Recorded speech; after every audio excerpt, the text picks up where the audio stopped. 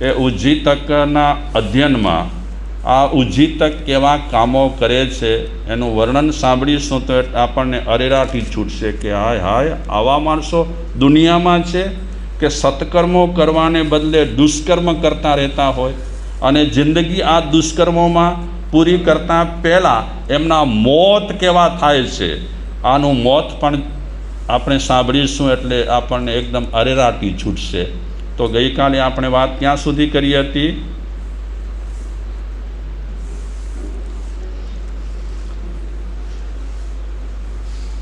જરાક યાદ કરો, ક્યાં સુધી કાલે આપણે વાત કરી મહેશભાઈ?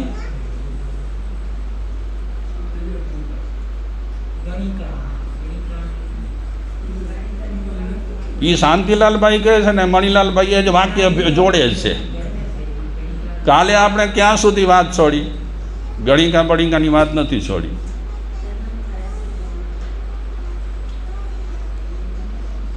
કેસરબેન,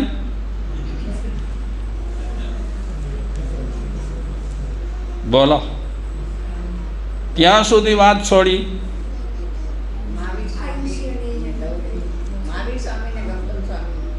આવી હજી જરાક કાંઈક બાકી છે. રત્નામાં થોડુંક તમને યાદ છે. ગણિકાની વાત પૂરી કર્યા પછી આપણે બીજી વાત ચાલુ કરી હતી.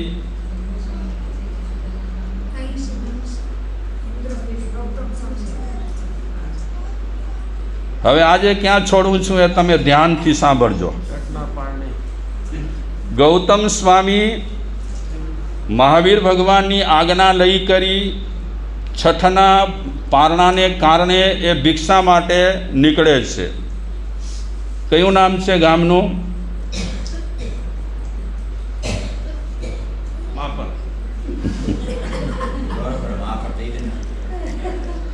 ચલો, એ ગૌતમ સ્વામીનો 2 ઉપવાસનું પારણું છે અને પારણા માટે નીકળ્યા છે. વાણિજ્ય ગ્રામના મધ્ય ભાગમાંથી પસાર થઈ રહ્યા છે. વિપાક સૂત્રકાર વર્ણન કરે છે કે ગૌતમ સ્વામી ભિક્ષા કયે સમય નીકળ્યા? તો સાધુઓની જે દિનચર્યા રહેલી છે, સ્વાધ્યાય છે, ધ્યાન છે વગેરે, એ દિનચર્યા પૂર્ણ કરી અને ગૌતમ સ્વામી ભિક્ષા લેવા માટે નીકળ્યા છે. વાણિજ્ય ગ્રામના નગરના મધ્ય ભાગમાંથી પસાર થાય છે ત્યારે ભિક્ષા લેવા માટે કોના કોના ઘરે જાય છે? તો એમાં વર્ણન કરે છે સાધારણ લોકોના ઘરે પણ ભિક્ષા લેવા માટે જાય છે. સાધારણ એટલે આર્થિક સ્થિતિ એમની કદાચ ન હોય તો પણ એમના ઘરે ભિક્ષા માટે જાય છે. પછી અસાધારણ, જે અસાધારણ લોકો રહેલા છે એમના ઘરે પણ ભિક્ષા માટે જાય છે. ઉચ્ચ નીચ કુળ મધ્યમ ઘરમાં, ઉચ્ચ નીચ કુળ મધ્યમ ઘરમાં, ભુક્ત લેથાળ હાજરમાં, પ્રતિલાભે તો એ લીએ નહીં કરમાં, અયોગ્ય જાણી રે પહોંચ્યા પૂરણ દ્વાર, વીર પ્રભુ આવે રે વિશાળા નગરી મોજાર, મૌન ધરીને રે ફરતા ઘર ઘર બાર. શેનું ગીત છે? તમે બોલ્યા હતા વચ્ચે. મહાવીર ભગવાન ગૌચરી માટે નીકળ્યા હતા ત્યારનું આ વર્ણન કરે છે. બહુ સરસ આ કાવ્ય છે, મને તો બહુ ગમે. ક્યારેક 15 દિવસ સુધી આના પર પ્રવચન અમે આપીએ, બહુ મજા આવે. આ મહાપુરુષોની પદ્ધતિઓ જુઓ ગોચરી માટેની. ઉચ્ચ નીચ કુળ મધ્યમ ઘરમાં, ઉચ્ચ કુળમાં પણ જાય, નીચ કુળમાં પણ જાય, મધ્યમ ઘરમાં પણ જાય અને બધે ઠેકાણે ભિક્ષા માટે જાય.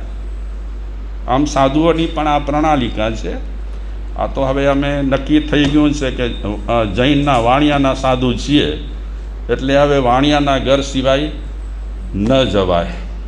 પણ આજે સાધુઓ જે ચારે બાજુ વિચરણ કરે છે ને એ બધે ઠેકાણે કાંઈ વાણિયાના ઘર નથી મળતા. મહારાષ્ટ્રમાં પણ એવા ગામડાઓમાં જ્યારે વિચરણ થાય ત્યારે મરાઠી લોકોના ઘરમાં ઉતરવાનું હોય, એમના ઘરની ભિક્ષા લેવાની હોય. શરત એટલી, હાંડલો ચોખ્ખો હોવો જોઈએ. હાંડલો ચોખ્ખો એટલે માંસાહાર કરતા ન હોવા જોઈએ. બાકી બધાના ઘરોમાં ભિક્ષા લેવા માટે જૈન સાધુ જઈ શકે છે. ઉચ્ચના ઘરમાં, નીચના ઘરમાં, મધ્યમના ઘરમાં. હમણાં કચ્છમાં એટલી પ્રણાલિકા ઓછી છે અને ચર્ચાનો વિષય પણ થઈ જાય કે મારા સેમિનારો 5 ઘર છડી કરી અને 2 ઘરે વનેતા. એટલે પછી આપણા કચ્છના માણસો છે ને, નવરા બેઠા હોય તો લઈને ચટણી વાટવાનું ચાલુ જ કરી દે પછી. એટલે આ બધું જોવું પડે. પણ ગૌતમ સ્વામી સાધારણ ઘરે પણ ગૌચરી માટે જાય છે, અસાધારણ ઘરે પણ ગૌચરી માટે જાય છે અને મધ્યમ ઘરમાં પણ ગોચરી માટે જાય છે. આ ગૌચરી પ્રથા છે ને બહુ સરસ છે. પહેલાં હિન્દુ ધર્મમાં પણ એ પ્રણાલિકા હતી. માધુકરી કહેતા એને. આપણે ગૌચરી કહીએ, એ માધુકરી કહે.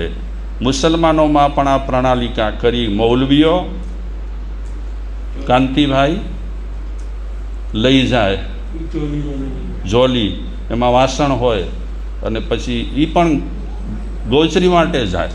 એ નામ પછી બીજું આપે. પણ આ બધી પ્રણાલિકાઓ હતી. પણ જૈન સંતો આજે પણ એ પ્રણાલિકા એકદમ અકબંધ રાખી છે. બાકી હિન્દુ સમાજમાંથી પણ આ માધુકરી લગભગ નહીવત થઈ ગઈ છે. વ્યવસ્થા મહાવીર ભગવાને આ કરી છે કે ઘરે ઘરે ભિક્ષા માટે જાઓ. અને ઘરે ઘરે અમે જઈએ ને તો ઘરની આખી પરિસ્થિતિ ચિત્ર ઉપસે. કયો ઘર કેવો છે, કેવા પ્રકારનો છે વગેરે. પેટરબારમાં ગુરુ મહારાજ છે તે કોઈ પણ ભાઈ પાસે કોઈ ચીજ મંગાવે, એ ભાઈ ચીજ લઈ આવે, એના પરથી એનું મન કેવું છે એ પછી અમને કહે કે મારે સાહેબ મુનિજી આ ભાઈનું મન આટલું જ છે. કેવા પ્રકારની ચીજ લાવે છે એના પરથી માણસનું મન પરખાય. અને ભિક્ષા પણ એક અભ્યાસ છે, સાધુ જીવનનો એક અભ્યાસ છે.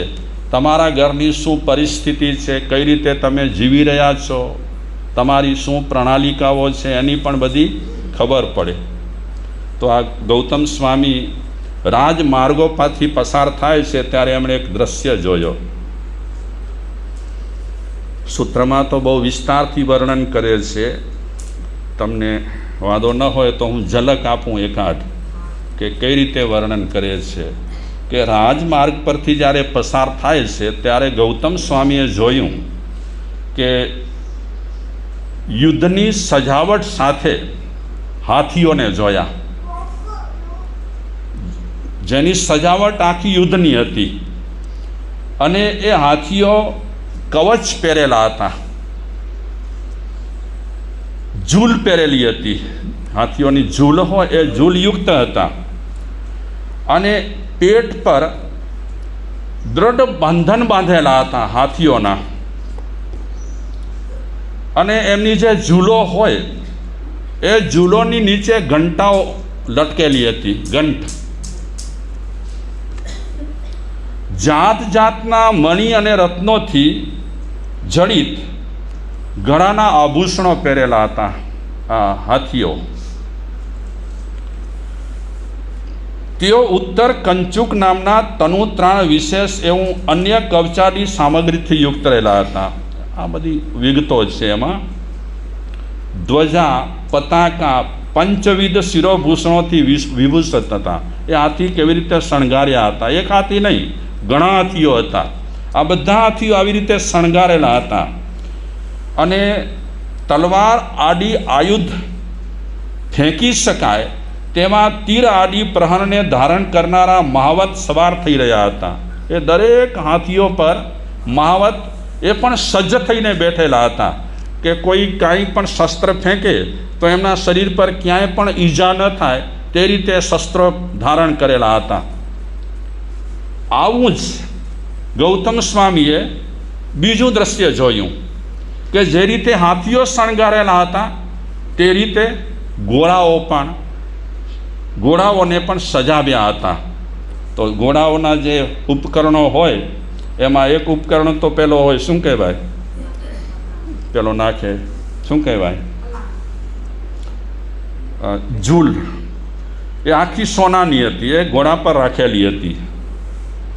અને બીજી પણ ઘણી ઘણી ચીજો એ ઘોડા પર લાડેલી હતી. એને શણગાર્યો હતો ઘોડાઓને. અને એ ઘોડાઓ ક્રોધથી હોઠોને ચાવી રહ્યા હતા. ચામર તથા આભરણથી તેમનો કટીભાગ વિભૂષિત થઈ રહ્યો હતો. અને એ બધા ઘોડા પર આયુધ સાથે એટલે કે શસ્ત્રો સાથે ઘોડેસવારો બેઠેલા હતા. આ દ્રશ્ય જોયો ગૌતમ સ્વામીએ. ત્રીજો દ્રશ્ય, જે રીતે હાથીઓ શણગારેલા હતા, જે રીતે ઘોડાઓની સજાવટ કરવામાં આવી હતી, તે રીતે માણસોની પણ સજાવટ કરવામાં આવી હતી. જેટલા સૈનિકો હતા એ સૈનિકોએ બધા જુદા જુદા અસ્ત્ર શસ્ત્ર ધારણ કર્યા હતા. ગૌતમ સ્વામી જરા બારીકાઈથી જોઈએ છે કે આટલા હાથીઓ, આટલા ઘોડાઓ, આટલા માણસો પણ શસ્ત્ર સજ્જ રહેલા છે, મહાવતો પણ શસ્ત્ર સજ્જ રહેલા છે, અને જે ઘોડેસવારો રહેલા છે એ પણ શસ્ત્ર સજ્જ રહેલા છે. હકીકત શું છે? તો ગૌતમ સ્વામીએ નજર કરી તો આ બધા પુરુષોની વચ્ચે, ઘોડાઓની વચ્ચે, હાથીઓની વચ્ચે એમણે એક પુરુષને જોયો, એક માણસને જોયો. એ માણસને દોરડાથી બાંધેલો હતો.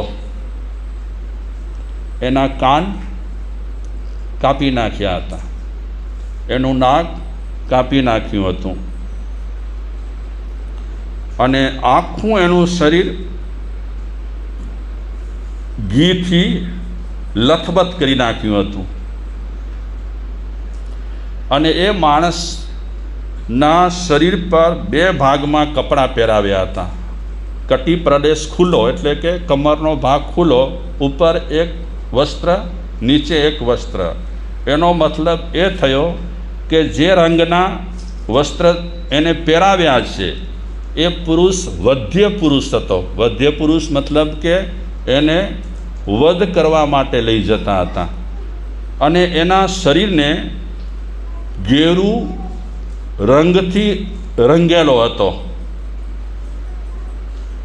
અને એ બાઈની આંખો ગૌતમ સ્વામીએ જરા બારીકાઈથી જોયું તો એકદમ ભયભીત રહેલી હતી. હમણાં મરશું એવા કોઈક પ્રકારનો ભય એ માણસને થતો હતો, એવી આંખો પરથી કલ્પના થતી હતી. ગૌતમ સ્વામી વિચારે છે કે આ માણસ, એના કાન કાપેલા, નાક કાપેલું. બીજું એક દ્રશ્ય જોયું ત્યાં જ કે કેટલાક લોકો એ માણસની આજુબાજુમાં તલવારથી એના શરીરના માંસ કાપી રહ્યા હતા. ટુકડા બારીક ટુકડા કરી અને એ માંસના ટુકડાઓ આમને આમ ફેંકી રહ્યા હતા. તો એ માંસ પર કાગડાઓ, પક્ષીઓ આવી રહ્યા હતા, બારીક કટકા કરતા હતા શરીરમાંથી માંસ કાઢીને. કેટલાક લોકો એ પુરુષ પર પથરાઓ ફેંકી રહ્યા હતા. પાપીઓ છે તો કેટલાક લોકો એના પર ચાબુકના પ્રહાર કરી રહ્યા હતા. અનેક સ્ત્રી પુરુષો એ પુરુષને મારતા હતા. અને કેટલાક લોકો બોલી રહ્યા હતા, એટલે કે ઉદ્ઘોષણા કરી રહ્યા હતા, ડિક્લેર કરી રહ્યા હતા કે આ પુરુષને અમે મારી રહ્યા છીએ, એના શરીરના માંસના ટુકડા કરી અને પક્ષીઓને આપી રહ્યા છીએ. આ પુરુષને અમે ઘણો ત્રાસ આપી રહ્યા છીએ, એમાં અમારો જરા માત્ર પણ વાંક નથી. આવું ચોરે ચૌટે જ્યારે આ પસાર થાય છે બધા લોકો, ત્યારે કેટલાક ઉદ્ઘોષકો ઉદ્ઘોષણા કરી રહ્યા છે કે આમાં અમારો કાંઈ વાંક નથી, આમાં અમારો કાંઈ વાંક નથી. આમાં આ માણસના કર્મોનો વાંક રહેલો છે, એના કારણે અમે એને ત્રાસ આપી રહ્યા છીએ, બીજા લોકો એને ત્રાસ આપી રહ્યા છે. આ કોણ હતો ખબર છે માણસ? એ માણસ હતો ઉજ્જીતક. આ ઉજ્જીતકનું નામ આપણે આગળ કહી ચૂક્યા છીએ કે કોનો દીકરો છે.